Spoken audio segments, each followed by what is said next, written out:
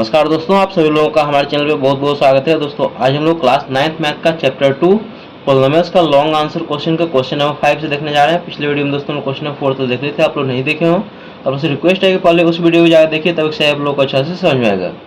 इसमें कह रहा है कि if both x-2 and x-1/2 are factors of px² plus 5x plus R then so that p equal to R. देखिए दोस्तों क्वेश्चन क्या कह रहा है कि देखिए x-2 एंड x-1/2 ये जो हम लोग को पॉलिनोमियल्स दिया गया है px² minus px² plus 5x plus are, इसका क्या फैक्टर है। तो हम लोग को शो करना है कि p इक्वल टू आर होगा।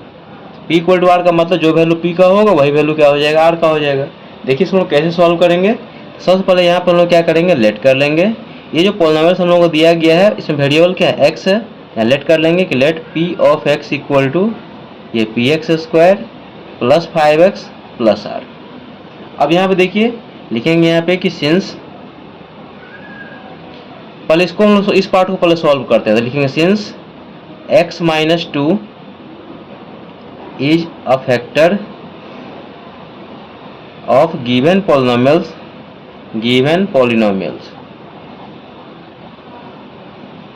इसका मतलब क्या होगा कि x-2 जो है तो फैक्टर है इस पॉलिनोमियल्स का। तो लिखेंगे देयरफॉर x-2 इक्वल टू 0, यानी कि x इक्वल टू क्या आ गया, 2 आ गया। यहाँ से तो ये हम लोग को पता चल गया कि x का वैल्यू कितना मिल गया, 2 मिल गया।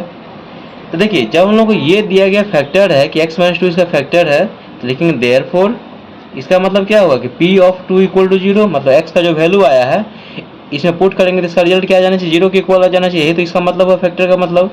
तो फिर से यहाँ समझिए कि x-2 इसका फैक्टर है, तो x-2 इक्वल टू 0, तो x equal to 2, therefore p of 2 equal to 0।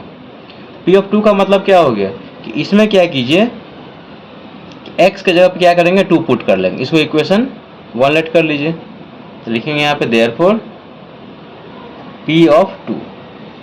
p of 2 मतलब हो गया कि x के जगह पे यहाँ पे 2 पुट कर रहे हैं, तो ये हो जाएगा p इंटू 2 का स्क्वायर, ये हो जाएगा px स्क्वायर, p इंटू 2 का स्क्वायर प्लस 5x है तो 5 इंटू 2 प्लस r। तो यहाँ पे देखिए p ऑफ 2 किसके इक्वल है, 0 के इक्वल। तो 0 इक्वल टू ये हो जाएगा p इंटू 2 का स्क्वायर 4 प्लस 5 इंटू 2 हो जाएगा 10 प्लस r। नेक्स्ट स्टेप देखिए, तो हो जाएगा 0 equal to 4p plus 10 plus r। तो यहाँ से हम लोग किसी एक का वैल्यू निकाल लेते हैं, चाहे r का या p का। तो r का हम लोग वैल्यू निकालेंगे तो ये बताइए देखिए क्या हो जाएगा, r इक्वल टू हो जाएगा प्लस 4 जाएगा लेफ्ट साइड में, तो हो जाएगा माइनस 4p, अब प्लस 10 जाएगा लेफ्ट साइड में, क्या हो जाएगा माइनस 10। r का वैल्यू हम लोग माइनस 4p माइनस 10। इसको नेक्स्ट इक्वेशन 2 लेट कर लेते हैं। अब ठीक इसी तरह से हम लोग सेकेंड पार्ट को भी सॉल्व करेंगे। लिखेंगे यहाँ पे and x-1/2 is also a factor of given polynomials,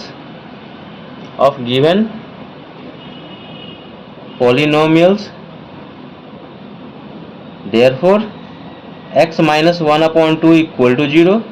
यहाँ से हम लोग को x का वैल्यू कितना मिल जाएगा, 1/2, क्योंकि -1/2 को राइट साइड में शिफ्ट कर देंगे, कितना हो जाएगा प्लस 1/2। इसका मतलब क्या होगा, देयरफॉर कि p ऑफ 1/2 इक्वल टू क्या होना चाहिए, 0 की इक्वल होना चाहिए। क्यों, क्योंकि x-1/2 इसका क्या फैक्टर है।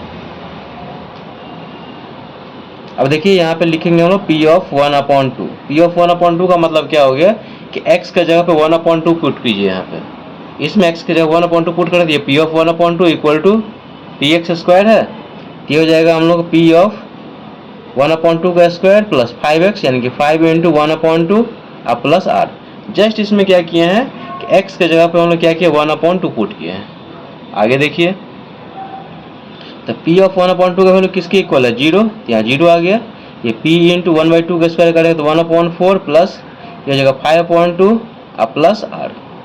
नेक्स्ट स्टेप देखिए, ये हो जाएगा 0 इक्वल टू ये हो जाएगा p/4 प्लस 5/2 अब प्लस r। अब इससे आगे दोस्तों नेक्स्ट पेज में देखिए पिछला पेज में रिजल्ट हम लोग को ये आया था। अब इससे आगे सॉल्व कीजिए इसको, 0 इक्वल टू इसका एलसीएम ले लीजिए, तो हो जाएगा 4 से 4 को डिवाइड करेंगे तो हो जाएगा 1 इंटू p हो जाएगा p प्लस 2 से इसको डिवाइड करेंगे 4 को तो 2 टाइम्स में, तो 2 इंटू 5 हो जाएगा 10 प्लस 1 से 4 को डिवाइड करेंगे तो 4, 4 इंटू आर हो जाएगा 4r। आगे देखिए, अब इसको हम क्या करेंगे, यहाँ बाई 1 करके इसको क्रॉस मल्टीप्लिकेशन करेंगे तो हो जाएगा 0 equal to p plus 10 plus 4r। देखिए p प्लस 10 प्लस 4r, आप इसको ऐसे भी लिख सकते हैं कि p प्लस ये 10 प्लस 4r इक्वल टू 0। इसको इंटरचेंज कर दिए, इसको इधर लिख दिए। अब दोस्तों देखिए, यहाँ पे हम लोग यहाँ से वैल्यू किसका निकालना है, r का वैल्यू निकालना है। तो यहाँ से हम लोग क्या करेंगे, r का वैल्यू निकाल देंगे। r का वैल्यू इसलिए निकालेंगे क्योंकि देखिए LHS यदि इक्वल हो जाए तो RHS ऑलरेडी इक्वल हो जाएगा, तो वहाँ से हम लोग को p का वैल्यू मिल जाएगा। तो यहाँ से r का वैल्यू निकालिए। देखिए यहाँ पे कि 4r as it is equal to plus p को राइट साइड में शिफ्ट कीजिए तो माइनस p, प्लस 10 को राइट साइड में शिफ्ट करेंगे तो हो जाएगा माइनस 10। यहाँ से बताइए r का वैल्यू निकालेंगे तो हो जाएगा माइनस p माइनस 10 अपॉन में 4। इसको नेक्स्ट इक्वेशन लेट कर लीजिए, इक्वेशन 3। यहाँ पर दोस्तों देखिए r का वैल्यू इसलिए निकाले हैं, देखिए r का वैल्यू इसलिए निकाले हैं क्योंकि इक्वेशन 2 में किसका वैल्यू निकाले हैं, r का। तो फ्रॉम इक्वेशन 2 एंड 3 से आएंगे तो LHS तो इक्वल हो गया, r और r तो इक्वल हो जाएगा, तो RHS आपस में क्या हो जाएगा, इक्वल हो जाएगा। अब लिखेंगे यहाँ पे फ्रॉम इक्वेशन 2 एंड 3 हम लोगों को p एंड r का वैल्यू निकालना है और वो भी आपस में equal. From equation 2 and 3 we get, तो देखिए इक्वेशन 2 में r इक्वल टू, और यहाँ पे देखिए r इक्वल टू, तो यहाँ पे लिखेंगे कि since LHS is equal therefore RHS is also equal. तो देखिए यहाँ पे क्या हो जाए, RHS यहाँ पे कितना है बताइए, माइनस 4p माइनस 10, ये हो जाएगा minus 4p minus 10 equal to यह है माइनस p माइनस 10 अपॉन में 4। RHS का था माइनस 4p माइनस 10, ये इसका RHS कितना माइनस p माइनस 10 अपॉन में 4। अब इसको सॉल्व कीजिए तो बाई 1 क्रॉस मल्टीप्लिकेशन कीजिए, देखिए माइनस 4 इंटू 4p तो हो जाएगा माइनस 16p माइनस 4 इंटू 10 हो जाएगा 40 इक्वल टू ये माइनस p माइनस 10। यहाँ से हम लोग p का वैल्यू मिल जाएगा, देखिए माइनस 16p माइनस p को लेफ्ट में लाएंगे तो जाएगा plus p equal to minus 10। अब माइनस 40 को राइट साइड में शिफ्ट कर देंगे तो जाएगा प्लस 40। आगे देखिए, अब देखिए इस डायगोनल से सॉल्व करेंगे तो p में से 16p जाएगा तो हो जाएगा माइनस 15p इक्वल टू 40 में से 10 जाएगा तो हो जाएगा 30। यहाँ से p का वैल्यू निकालेंगे तो हो जाएगा 30 अपॉन में माइनस 15, कैंसिल कीजिए 2 टाइम्स में तो नेगेटिव साइन चला जाएगा ऊपर, स्टैंडर्ड फॉर्म में लिखेंगे तो हो जाएगा p equal to minus 2। p का वैल्यू कितना मिल गया, माइनस 2। अब इसका वैल्यू आप किसी भी इक्वेशन में पुट कर दीजिए, 2 या 3 किसी में से, तो देखिएगा वैल्यू निकल जाएगा यहाँ से। तो लिखेंगे put p equal to minus 2 in equation 2। तो देखिए इक्वेशन 2 है क्या, इक्वेशन 2 है हम लोग को r इक्वल टू, देखिए equation 2 r equal to minus 4p minus 10, यह है माइनस 4p माइनस 10, तो हो जाएगा r equal to minus 4 into p minus 2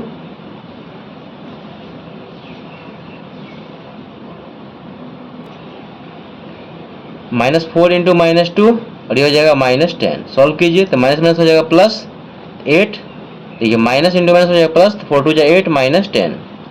तो यहाँ से r का वैल्यू कितना हो गया, माइनस 2।